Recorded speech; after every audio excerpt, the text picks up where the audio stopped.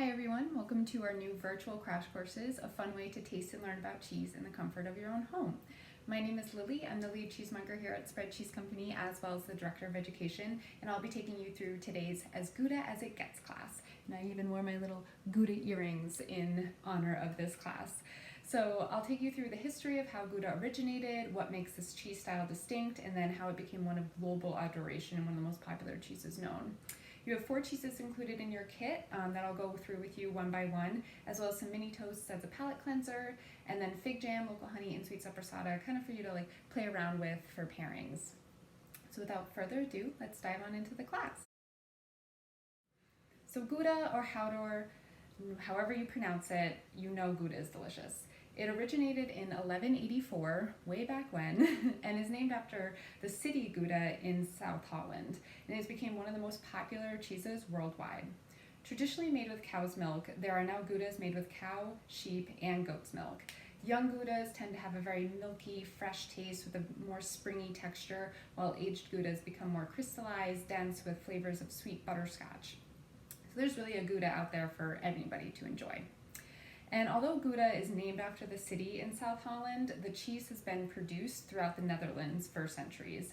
In fact, it is almost certain that Gouda cheese did not originate in Gouda, but was given the title of the city, as it was one of the few places in the country where the cheese producers and merchants could exchange goods during the Middle Ages and the Renaissance. So throughout these periods, Gouda held a monopoly on the cheese trade and possessed the largest cheese market in all of the Netherlands. So that's why Gouda became the most popular, renowned in the area. Hence, the most common type of Dutch cheese became Gouda due to its synonymity with the dairy trade. But really, what makes a Gouda a Gouda? And this brings us to the cheese making recipe, where the curds actually get washed with hot water before pressing into their final forms. So cheesemakers start off with milk that they culture with microorganisms that starts off the fermentation process of the milk to the cheese. And then they add rennet, which is an enzyme that coagulates the milk to change it from a liquid to a solid. And then the coagulated curd gets cut into little corn kernel sized pieces. And this is where you usually see the separation of curds and whey. Cue Little Miss Muffet. So the whey gets strained off about halfway or so, and then hot water gets added back in. So the rinsing of the curds in this hot water helps them release lactose, which leaves less for the little microorganisms to convert into lactic acid, therefore producing a sweeter end flavor. So the less lactose there is, the less there is for the microorganisms to feed on and convert into acid, therefore a sweeter cheese. And there are no restrictions on calling a cheese made in this way a Gouda, as it's not protected by European or international law. And if you're really unsure what I'm talking about when I mention a protection or restriction on a food product, think about how champagne can only come from the Champagne region of France, or how Parmigiano Reggiano can only come from Italy. That's why we have our Parmesan here in the United States. So these are strict rules that are set on the production of the product and where it comes from geographically, keeping the tradition and the history alive with the product as it moves throughout the world. But there are protections for calling cheese a Noord-Hollandaise Gouda, PDO, and that PDO stands for Protected Designation of Origin, and that's actually the strictest food label that can go onto a product. So there's a strict standard at every single process, from when the cows go out on pasture, what times of year, what breed of cow you can milk for this type of cheese, up to parts of the actual cheese making process, how you wash the curds, what cultures you use into it, and then into the aging, how long you press it for. It's very, very strict and very run by an organization that mans all of this. So there's the Noord-Hollandaise Gouda PDO, and then there's the Gouda Holland PGI. And so the PGI stands for Protected Geographical Indication. So that really just protects where it comes from. So any Gouda that actually comes from Holland has that PGI associated with it. So a Noord-Hollandaise Gouda PDO tends to be on the less salty side of the Gouda cheeses, and is prepared solely from cow's milk obtained in the province of Noord-Holland. And the Gouda Holland PGI is a naturally matured semi-hard cheese produced from the milk from the cows that graze on Dutch dairy farms. So we do not have any Noord-Hollandaise Gouda PDO in our tasting, but we do have Gouda Holland PGI as well as some outside of the distinction area. So I know you're just dying to get into your cheeses. So we'll start with one called the Brabander Goat Gouda. And this is actually one of my favorites out of our tasting today. This one is very like caramelly and sweet. I'm sorry for the glare. And it's speckled with crystals. There's so much to love about this goat's milk Gouda named Brabander. And this cheese is produced at a creamery in the Brabant region in southern Holland. So that's where it kind of gets its name. With pasteurized milk from the Saaneen goats. And those goats are like the typical goat that you see. It's all white in color, has like the little pointy ears, it's small body shape. So at the cooperative where the milk goes for the making of this cheese, fresh raw milk is pasteurized, so it gets a subtle heat treatment to kind of kill off any potential viruses or harmful bacteria. And then the starter cultures are added to begin the fermentation process. Microbial rennet, so that enzyme that I talked about earlier that curdles milk to change it from a liquid to a solid, can come from an animal source or from a vegetarian or microbial source. So this is made with microbial rennet, so if you're a vegetarian, this is one that you can enjoy. And it's added to turn the milk from liquid to solid, and then the curd gets cut and it's pressed for 24 hours. So all the curd gets cut, put into the molds. The wheel of Brabander itself is probably about like this big. It's a pretty big wheel. And they get molded into those forms and then pressed for 24 hours. And then they're put into a brine for 48 more hours. And because cheese honestly tastes nothing, it tastes like nothing without salt. So the cheeses literally go into this brine where there's so much salt in the water that the cheeses actually float. They don't just sink to the bottom. And then after drying outside of the brine, they get coated in this white wax. So all of these Goudas today actually have non-edible rinds because they're all coated in wax, which is like the typical the red wax Gouda that I have on my earrings. It's a very typical thing to do with this type of cheese. It helps retain a lot of moisture. So the wheels of Brabander are meticulously selected by Betty and Martin Koster, who actually run a retail shop called Fromagerie Le Muse near Amsterdam. And actually on this, on the rind of it, it actually says Le Muse. So this is the fromagerie where it comes from.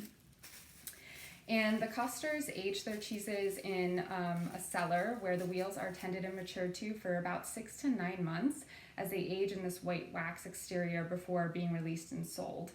Betty usually matures her Goudas at higher humidity levels and temperature than other Gouda producers, up to about 60 degrees Fahrenheit when the normal is like 50 to 55. So also in the summers, in the cellars that Betty has at her warehouse, she doesn't have a lot of climate control. So even though she does age it at that higher temperature like normal, it fluctuates throughout the year with the seasons that are outside. So you kind of get all these different like nuances in the cheese depending on the type of year, the time of year that you're getting it, which is really, really cool. And throughout the paste, you'll notice some crystals. Most people assume that these crystals are salt pockets in the cheese, but they're not. They give you a salty sensation when you crunch them between your teeth, so that's why most people assume that, oh, it must be salt. But these crystals actually develop due to the breakdown of an amino acid called tyrosine. And through the aging process, these tyrosine clusters start to form together and they become visible to the human eye, and you can actually like feel them in your mouth. So they're really cool. I love crunchy cheeses. A lot of people do, but a lot of people don't. So it's kind of, 50-50. But this is an ivory colored creamy Gouda that is definitely a crowd pleaser. It's got barely a trace of the goaty aroma that turns people kind of away from other goat's milk cheeses like Chev. A lot of people come into the shop and I ask them what they want and they're like, anything but goat cheese. And I'm like, no. I was like, you haven't had all the goat cheeses. A lot of people don't realize that you can make a lot of aged pressed cheeses with goat's milk because the most typical around is usually that Chev, that really soft spreadable texture that has that really goaty barnyardy flavor, but this has no goaty flavor at all. Instead, it yields a very like caramelly butterscotch flavor that's perfectly balanced with salt and creaminess and a little bit of a hint of acidity. And it's fun and really easy to pair this cheese. It's really delicious alongside like a cherry lambic beer or honestly like any other soured fruited beer. And I also really love this with a glass of Cabernet Sauvignon, so that might be what I do after this video. So go on, enjoy the Brabander, dig on in, take a whiff of it, kind of like break your piece. If you break it, you kind of get new aromas that are coming out of it. And then take a bite of it. The flavors will just, it has this really like fudgy, dense, toothsome texture to it. So it'll just like coat your mouth immediately. It's so good. And while you're munching on that and having fun pairing it with your little accoutrements that you have in your kit, I'm going to start talking about the next Gouda, which we have moving on from a goat's milk to a sheep's milk. So this is Euphoria. This is made by Cheeseland Inc. in Holland. And this company was founded in 1926 by the Coast family. They lived in a small fishing village that also had some artisanal cheesemakers, but that wasn't the main industry in their area. But then seawalls were built in the town to protect them from rising tides, and the village was cut off from the North Sea. And this was great in terms of protection from natural disasters, but it was horrible for the fishermen who relied on the sea for their income and for their livelihoods. So the patriarch of the Coast family began transporting red wax Goudas from the cheesemakers that were in their area by bicycle around the local to get the money back from which he lost from no more fishing. So his route started to get overwhelming with the amount of customers and the miles that he had to travel with these heavy cheeses on his little bike. So he started enlisting help and expanding his distribution around the area, eventually becoming the largest privately owned cheese company in Holland. So really, how's that for a glow up? That's nuts. And out of the several cheeses that they carry, Euphoria is one of the most popular. So this one does not date all the way back to that time. This one only dates back to 2004 when Cheeseland Inc. started working with a small farm to create this cheese. So this milk for Euphoria comes from sheep that graze on salty, green island pastures near a nature preserve in the northern Friesland region of the Netherlands that borders kind of that sea area. The farmer's wife of this herd posits that the sheep eat better than her children and they are treated like family. So you know you're eating good cheese when the farmer's wife says that. And this is a very rare example of a sheep's milk Gouda. There are enormous amounts of cow's milk Goudas out there and like a handful of goat's milk Goudas, but this is a very, very rare sheep's milk Gouda.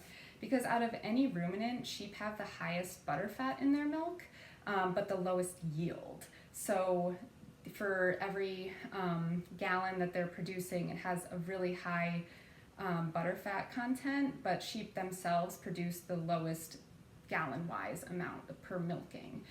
So it's really hard and tricky to work with sheep's milk cheese, but what is a plus about the sheep's milk cheese is that the extra fat content of the milk results in a somewhat even sweeter than usual style of Gouda.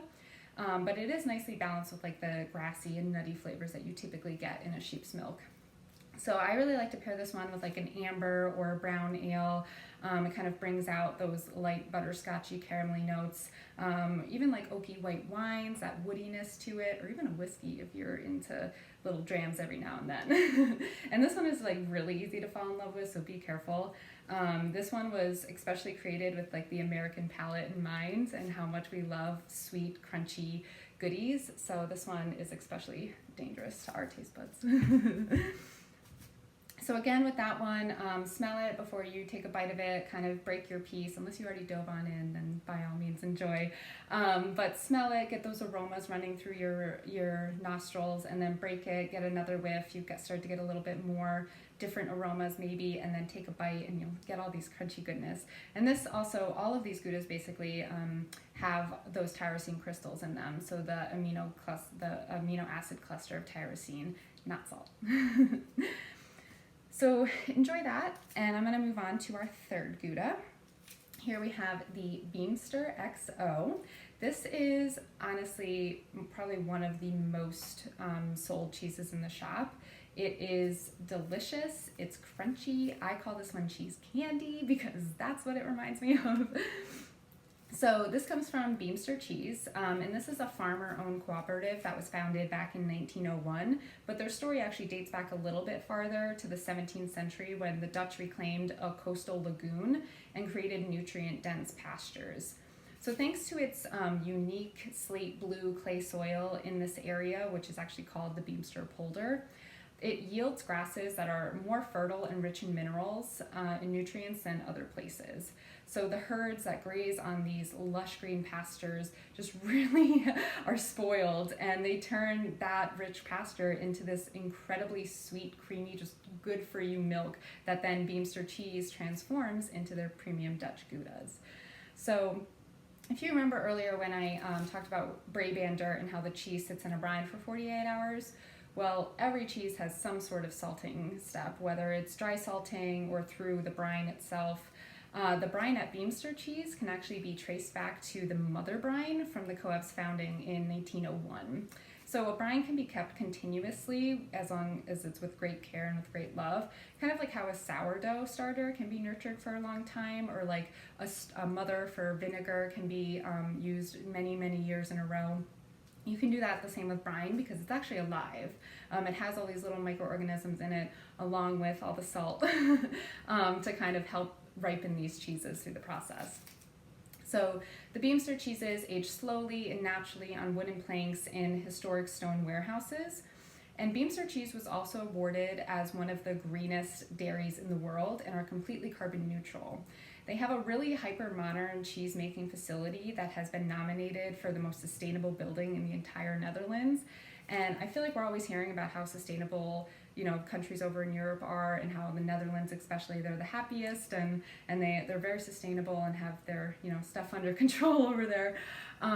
But to be awarded the greenest in the Netherlands is insane.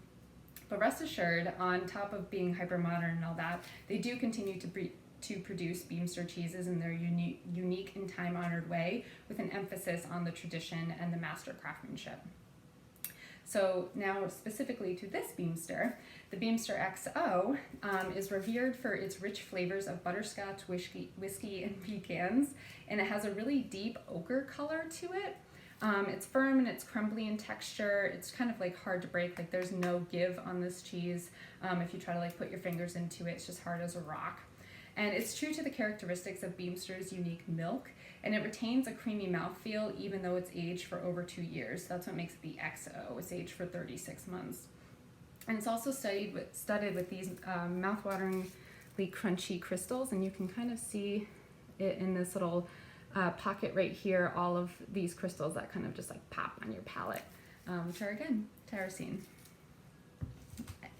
And so this one is, like I said, extremely popular in the store. I call that one cheese candy. When people come in and they're like, I want a crunchy cheese, I'm like, this is it. The extra aged gives it more time for that amino acid to break down. So that's why, like, in every single bite, you're just crunch, crunch, crunch, crunch, crunch, crunch.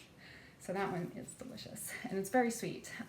Also with that one, you can pair it with a really nice deep red wine or any of the darker beers. A nice stout it goes really good with. It even goes really good with coffee if you want like a little snack in the morning, cheese for breakfast, cheese for every meal if you're me. So crunch on that piece of Beemster, and I'm going to take you to our last cheese. So we've traveled through the Netherlands, the motherland of the Gouda, but now we're coming back to the grand old US of A for our last cheese. This is Europa by Arethusa Farms here in Connecticut, actually, and it's a take on a classic Dutch Gouda that's aged for about 6 to 12 months. So Europa features like wispy aromas of butterscotch and toasted nuts that give way to this really brothy, savory flavor. Kind of reminds you of brioche almost. And it has a smooth, dense paste, very different from the other like crunchy Goudas that you experience. This texture will be a little bit more similar to the Brabander, but not as toothsome as that one was. And I'm sure you've already know about Arethusa Farms or have some of their products in the past at least, as they're very popular here in the state. But I doubt you really know the story behind their creamery, so I'm going to share that with you. The Webster family owned the farmland dating back from the 1800s, and they named it Arethusa Farm after this really pretty pink small little orchid that grew in a neighboring swamp on the land. It's actually a very beautiful little flower. So the dairy farming is a very hard way of life, and it presents many physical, psychological, and financial battles. So in the 1990s, the family decided to put the farmland up for sale. And then it was purchased in 1899 by George Malcolmus and Anthony Yergagaitis. And I know I butchered those names. But if you don't know who those men are, they're actually the two who founded the shoe company Manolo Blahnik, which the famous show Sex and the City actually made famous too. And they were avid visitors to the western side of Connecticut from their weekend trips up from New York City. And they just fell in love with the farmlands, and they didn't want to see it get developed as it went up for sale. So they bought it with the goal of saving the land, and then it became one of the country's most awarded dairies, both for their breeding lines of the cows that they have there, but also for all of the products that they make. So they have an array of products. They have bottled milk, they do butter, they do all different cheeses, they do their ice cream. But Europa is probably one of my favorite products that they make out of all of that combined. It just has this really like brothy, savory, warming, and satisfying flavor to it. I love using this one in a grilled cheese or in pasta dishes, or really just topping like on a bowl of warm chili. It melts really well compared to the other Goudas that we tasted. Those ones don't melt super well, but this one does. It just has to do with the aging process and the cheese making that makes this one a little bit more able to melt. But this one is a really good one, and it's local too, so it's really cool to taste a local cheese after tasting all these other ones that actually do come from the Gouda motherland. And you're probably wondering why, at this point, now that you've gone through all of the cheeses that we have, why the goat's milk Gouda, the Brabander, the first one that we tried, was this like pure white color. It's probably hard to tell, sorry, I don't want to take the wrapping off. The pure white color, whereas all the other Goudas tend to have this like orange kind of ochre coloring to them. And that actually has to do with this food safe coloring called annatto, and that comes from a certain tree. It's a tropical tree, and it has this little seed on it that produces this coloring. And if you grind it up, you can create it into a powder, which actually has no taste, no flavoring, no aroma, so it doesn't impact the cheeses at all, like for their sake, but it does give off this color.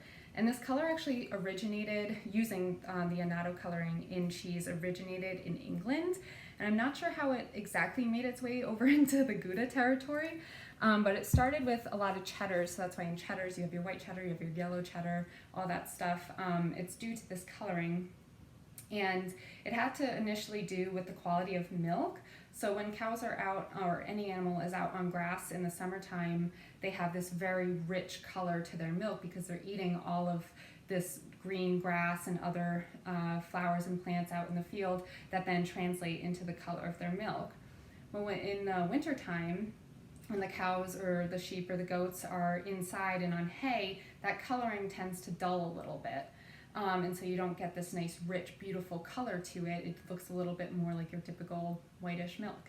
And so in order for the consumers to have, the same coloring of their cheeses year-round, cheese makers started adding dye, the annatto dye, or even like beet or carrot juice sometimes people used if they didn't have access to annatto, to then make the coloring the same with the winter milk and the summer milk.